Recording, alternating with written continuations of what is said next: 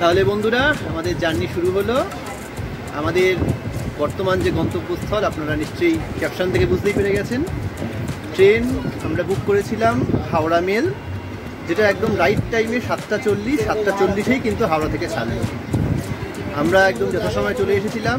এই যে একটু আগে আপনাদের দেখালাম, আমরা সবাই মিলে এখন অমরকণ্টক যাচ্ছি। অমরকণ্টক যাওয়ার ক্ষেত্রে কীভাবে যাবেন, কোন পথ নেবেন, ইজিয়েস্ট ওয়ে কোনটা, এবং ওখানকার আপ টু ডেট সব খবরাখবর কীভাবে ঘুরতে হবে, সব তথ্য আপনাদের সঙ্গে তুলে ধরা হবে। তাহলে চলুন দেখা যাক।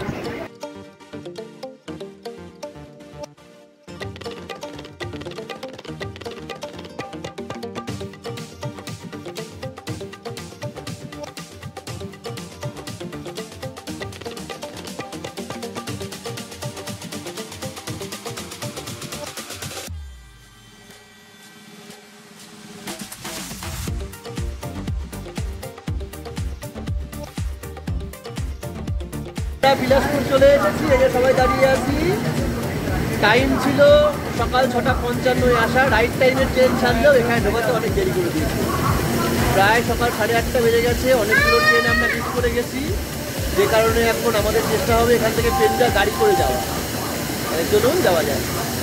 আমরা এখন বিলাসপুর স্টেশনে রয়েছি। আমি আর দাদা সঞ্জয় দা, আমরা দুজন মিলে গেছিলাম কথা বলতে। তো ওরা বললো স্টেশনের বাইরে থেকে পেন্ডা রোড যাওয়ার কোনো ডাইরেক্ট গাড়ি পাওয়া যায় না, আমাদেরকে বাস স্ট্যান্ডে পৌঁছে দেবে এবং সেখান থেকে কমসে কম 4,500 কি 5,000 টাকা দাম নেবে। সেটাও তারা সিওরিটি দিতে পারছে না যে পাওয়া যাবে কিনা। সুতরাং আমি ভাবলাম মাকে নিয়ে বাচ্চাকে এরকমভাবে অনিশ্চয়তার মধ্যে না থেকে আবার স্টেশনে চলে এলাম। আর যাইনি, স্টেশনে সবাই ছিল। স্টেশনে এসে জানতে পারলাম 10টার সময় একটা উইকলি ট্রেন রয়েছে। লাকিলি আমরা পেয়ে গেছি ট্রেনটা। এখন ওই জন্য প্ল্যাটফর্ম নাম্বার 4-এ দাঁড়িয়ে আছি। ট্রেনটা এক্ষুনি আসবে, দেখা যাক কি পরিস্থিতি হয়। অবশেষে আমরা চলে এলাম পেন্ডা রোড স্টেশনে, এবং এখানে দেখেছেন হিন্দিতে লেখা রয়েছে অমরকণ্টক যাওয়ার জন্য এখান থেকে আপনারা অবতরণ করুন। খুবই ছোট্ট স্টেশন পেন্ডা রোড, 3টে মাত্র প্ল্যাটফর্ম রয়েছে।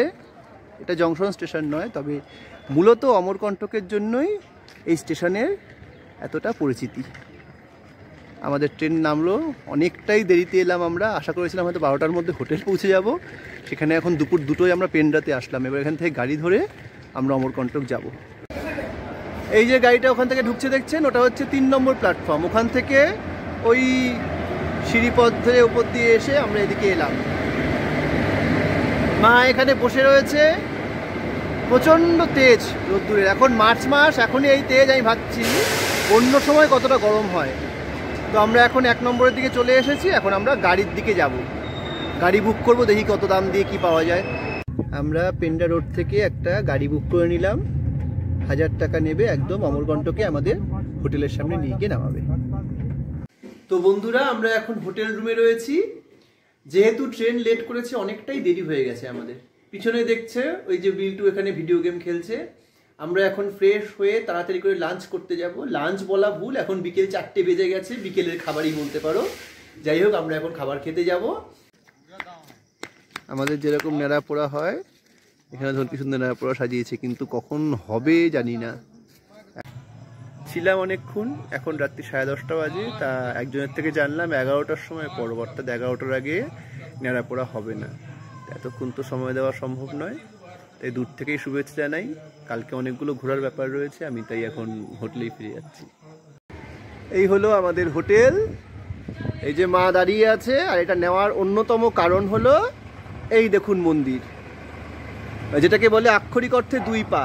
ওই যে সাদা সাদা স্তম্ভ দেখা যাচ্ছে, ওখানে মন্দির। এখান থেকে মায়ের হেঁটে যেতে অনেক সুবিধা হবে, সেই জন্য এত কাছে আমরা মন্দিরটা নিয়েছি, হোটেলটা নিয়েছি। এখন আমরা মন্দিরের দিকে এগিয়ে যাব।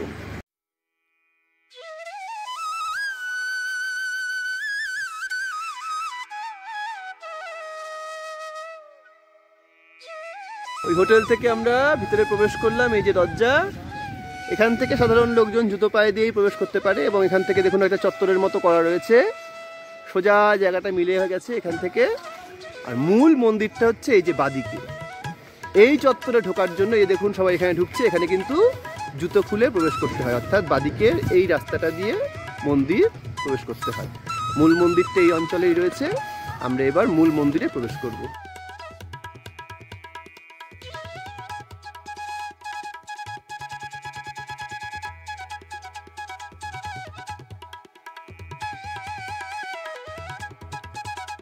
মূল যে নর্মদা উদ্গম স্থল, মা নর্মদা উদ্গম কুণ্ড, এখান থেকেই আমরা এখানে দর্শন করলাম। এর ঠিক পিছনে রয়েছে শিব ঠাকুরের মন্দির, সেটাও দর্শন করলাম। আর মূল যে মায়ের মন্দিরটা সেটা হচ্ছে এই দিকটাতে। এখন আমরা এদিকে যাব। এখানে যেই মূর্তিটা রয়েছে, বলা হয় এখান থেকে যারা পবিত্র মানুষ, রোগা হোক বা মোটা হোক, তারা এর ভিতর দিয়ে প্রবেশ করে যেতে পারবে এক পার থেকে আরেক পারে। ঠিক মায়ের মন্দিরের একদম সামনেই রয়েছে এই মূর্তি, হাতির মূর্তি একটা, দেখুন এখান থেকে যে প্রবেশ করছে। এরপরে বিলটুর টার্ন।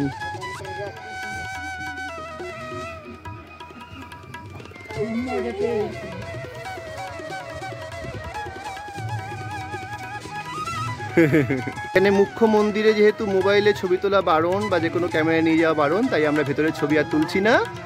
এটাই হচ্ছে মূল মা নর্মদার মন্দির। আমরা এবার প্রবেশ করব। এই যে এখানে লেখা রয়েছে মায়ের দক্ষিণ নিতম্ব এখানে পড়েছিল, সেই জন্য এটি একটি সতীপীঠ। আমরা মায়ের মন্দির দর্শন করে এবার আস্তে আস্তে এগিয়ে যাব। ওই যে সামনে কুণ্ড, যেটা একটু আগে দর্শন করলাম। আর এই যে মা এখানে বসে রয়েছে। মা নর্মদার বাহন হচ্ছে কুমির, এবং মূল মন্দিরে যেহেতু ছবি তোলা বারণ, তাই আমরা ছবি তুলিনি। আমরা এখান থেকে বেরিয়ে এসেছি, মাকে এখানে বসিয়েছি। মায়ের পক্ষে অতটা হাঁটা সম্ভব নয়। আমরা এখন বাকি মন্দিরগুলো দর্শন করব। আর একটা বিশেষ বিষয়, যে বন্দরও সে সাবধান, বাদর থেকে সাবধান। লিটারেলি একজনকে দেখলাম হাতের মধ্যে কামড়ে দিল। যারা আসবেন বাদর থেকে কিন্তু সাবধান থাকতে হবে। যেটা আমরা তখন উদ্গম কুণ্ড দেখলাম আপনাদেরকে। এই যে এখান থেকেই শিব ঠাকুরের মন্দির ছিল এবং কুণ্ড, এখানেই সবাই স্নান করে। যখন পরব হয় এখানে স্নান করে যে নর্মদা পরিক্রমা হয়, সেটাও এখান থেকেই শুরু হয়। আমরা এখন উদ্গম কুণ্ডের সামনেই রয়েছি। এখানে দর্শন করে আমরা এবার হোটেলের দিকে ফিরে যাব। তো আমরা আমাদের আজকের সকালের জার্নি শুরু করলাম। বড় টাটা সুমো আমরা বুক করে নিয়েছি। সম্পূর্ণ অমরকণ্টক সারাউন্ডিং যা যা দ্রষ্টব্য স্থান, সব জায়গাগুলো আমরা দেখব। এই যে আমরা এক এক করে এগিয়ে যাচ্ছি, যে কারণে সকালবেলা আমরা মন্দিরটা দর্শন করে নিলাম, কারণ ওই সময়টা আমাদের তাহলে বেঁচে গেল। এবার বাকি সব কটা জায়গা একের পর এক ঘুরবো। মাকেও সঙ্গে নিয়েছি, তবে যদি খুব বেশি সিঁড়িতে চড়াই উঠতেই আসতে হয় তাহলে মাকে সেখানে নেব না। চলুন তাহলে যাওয়া যাক। আমাদের প্রথম দর্শনীয় স্থান হলো এখানে কল্যাণ সেবা আশ্রম। দেখতে পাচ্ছেন একদম দক্ষিণ ভারতীয় মন্দিরের আদরে কি সুন্দর তৈরি। আমরা এবার আস্তে আস্তে আশ্রমের ভিতরে প্রবেশ করব। কল্যাণ সেবা আশ্রমের ভেতরে আসলাম। কি সুন্দর দেখুন, এখানে একটা বাগান, ফুলের বাগান রয়েছে। এবং মূলত এখানে দেখুন আশ্রম যেহেতু, এখানেও বহু দর্শনার্থীরা মন্দির দর্শন করতে এসে এখানে থাকেন। এবং প্রচুর ঘর রয়েছে এখানে, যারা দেখতে পাচ্ছি। আমরা যেহেতু মন্দিরের কাছাকাছি থাকবো, সেই জন্য ওই হোটেলটা বুক করেছি। হোটেলটা নো ডাউট খুব ভালো হোটেল, তবে মোটামুটি রিজনেবল প্রাইসের মধ্যেই থাকতে হয়, তাহলে এরকম আশ্রম খুবই সুন্দর। এখানে মন্দির রয়েছে, কিন্তু মন্দিরে যেহেতু ক্যামেরা নিয়ে অ্যালাউ নয়, তাই আমরা মন্দির দর্শন করলাম। ভেতরে ছবি আর তোলা হয়নি, আমরা ছবি তুলে বাইরে চলে আসলাম। এতটা পর্যন্তই দর্শনীয় আমাদের জন্য। যারা আশ্রমে থাকেন তাদের জন্য ভেতরে অ্যালাউ রয়েছে। যাই হোক, আমরা এবার এই দর্শন সেরে বাইরে ফিরে যাব। এই আশ্রমটা এই যে সকালবেলা 7টা থেকে 11টা এবং সন্ধেবেলা 4টে থেকে 8টা পর্যন্ত খোলা থাকে। আমরা এখানে এনকোয়ারিতে জিজ্ঞেস করলাম, এই যে দেখুন অনেকে ফিরছে। যদি আপনার থাকতে হয় তাহলে সেক্ষেত্রে এখানে অন স্পট এখানে এসে বুকিংটা করতে হয়, অনলাইনে কোনো ব্যবস্থা নেই। আর যেহেতু আশ্রম, তাই জন্য খুব কম পয়সার মধ্যে ভালো ঘর এখানে পাওয়া যাবে।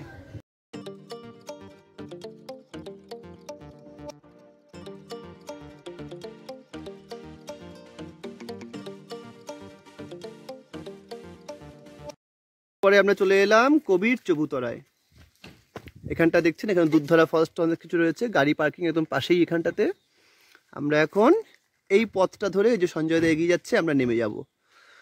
মূলত সন্ত কবির এখানে এসেছিলেন, তার স্মরণে এখানে ভজন কীর্তনও হয়। অনেকে বলেন এখানে নাকি ওনার আবার সমাধিস্থলও রয়েছে। যাই হোক, সেটা আমরা জানি না, আমরা ভিতরে গিয়ে জানতে পারবো। এখন আমরা চলে এসেছি কবির চবুতরায়। এখানটাতে সেটাই বলা রয়েছে, কবির সাহেব যখন বান্ধবগড় থেকে জগন্নাথপুরী যাত্রা করছিলেন তখন এখানে এসেছিলেন। এই সেই কবির চবুতরা। আমরা এই পথ ধরে এগিয়ে এলাম। এখানটা দেখছেন, এখানটাতে কি সুন্দর বানানো রয়েছে। আমরা ভিতরে এখন প্রবেশ করব। এইটাকে বলা হয় দুধধারা। ওই যে ওই স্পটটা রয়েছে, সকালবেলা 8:45 নাগাদ এখান থেকে নাকি দুধের মতো জলের ধারা নির্গত হয়।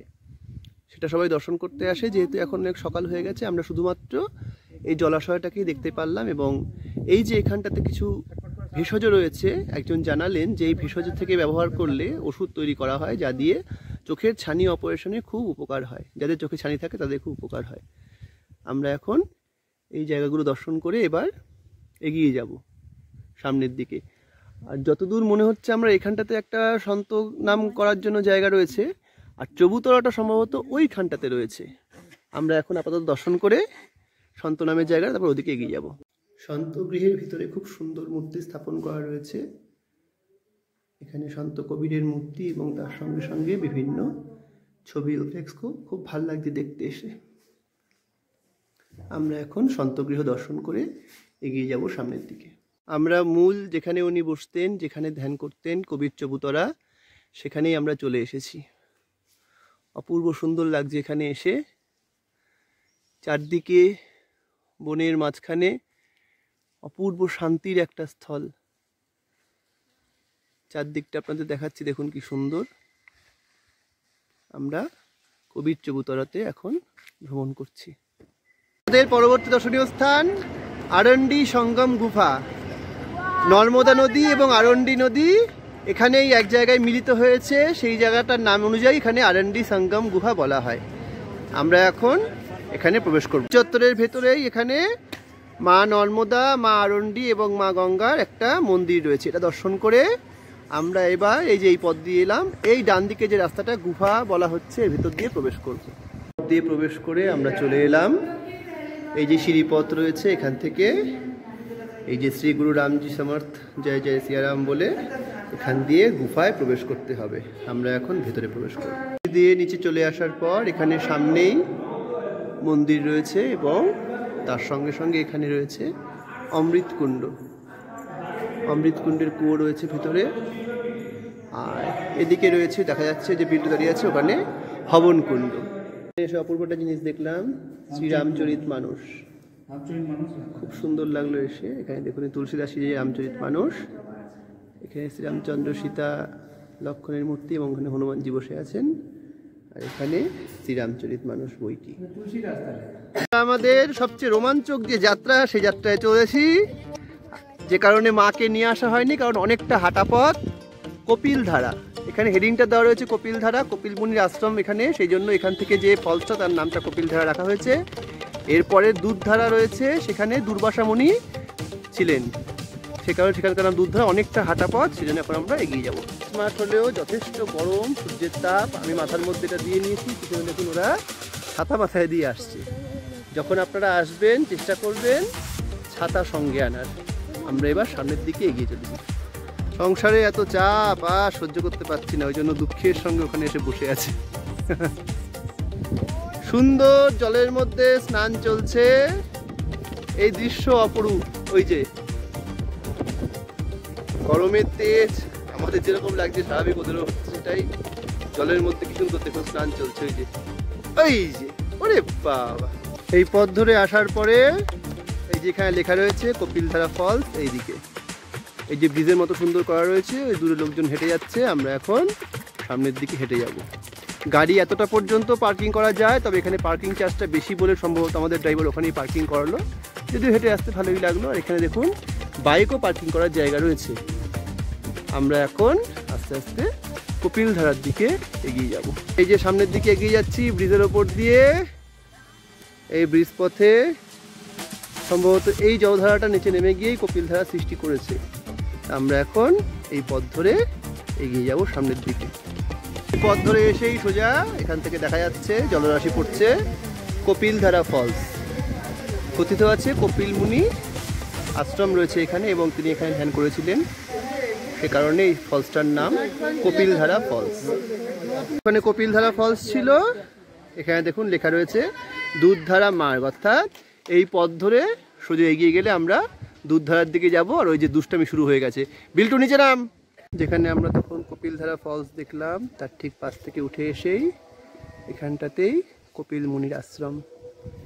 এইখানে সিদ্ধস্থল, যেখানে উনি তপস্যা করতেন। এবং এখানে মা দুর্গার মন্দির রয়েছে, এদিকে শিব ঠাকুরের মন্দির রয়েছে। অপূর্ব শান্ত স্নিগ্ধ একটা পরিবেশ। আমরা এখন দেখে আবার নিচে নেমে যাব। এই পথ ধরে নামতে হয়, নামাটা অতটা বোঝা যাচ্ছে না কিন্তু ওঠাটা যথেষ্ট কষ্টসাধ্যই হবে। এখানে কৈলাস আশ্রম রয়েছে, শিব ঠাকুরের শিবলিঙ্গ রয়েছে এখানে একটি, এবং এখানটাতেই দেখাচ্ছে লিখে রয়েছে, এবং দুর্বাসা ঋষির যে গুফা সেটা নিচ দিয়ে, অর্থাৎ যেদিক দিয়ে দুধধারা ফলস থাকবে। আমরা এখন সেদিকে যাব।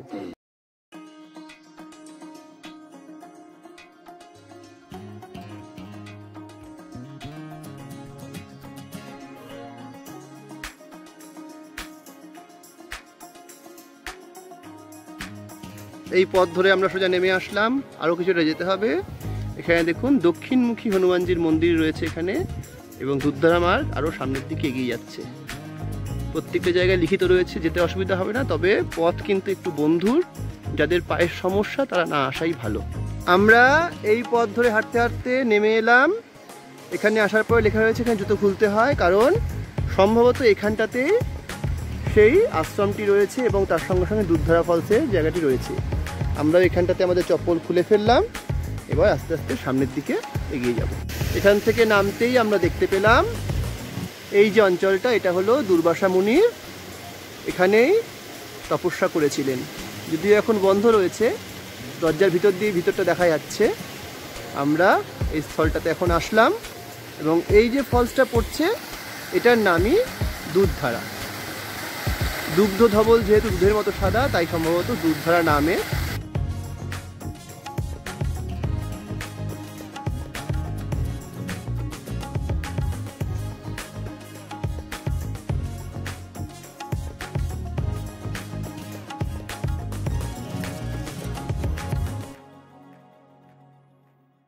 আমাদের ট্রেকিং কমপ্লিট করে আবার ফিরে আসছি কপিলধারা এবং দুধধারা ফলস দেখে।